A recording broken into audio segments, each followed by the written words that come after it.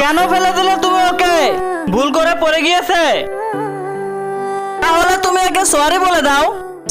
Sorry তো আমি কখনো আমার বাপকেও বলি নাই। এখন পর্যন্ত কাউকে সরি বলিনি। তোর কি মনে হচ্ছে তোকে সরি বলবে? যদি তোকে সরি বলে তাহলে আমি আমার চুল কেটে ফেলবো, ঠিক আছে না? নেতিক, কেসি রেডি কর, রিয়াকে সরি বলিয়ে অন্তিমার চুল কেটে দেবো। কিন্তু তার আগে তোমার কাছে কোনটা সব থেকে বেশি দামি, এক বস্তা টাকা নাকি মা বাবা? যদি মা বাবা হয় ভিডিওতে একটি লাইক করে চ্যানেলটা সাবস্ক্রাইব করে দিও। লাইক সাবস্ক্রাইব যদি তুমি না করো তাহলে আমি বুঝে নেবো তুমি মা বাবাকে একটুও ভালোবাসো না। রিয়া ইয়োগা করতেছে, তুই সোফাটা সামনে নিয়ে বস, আমি ভিডিও বানাই।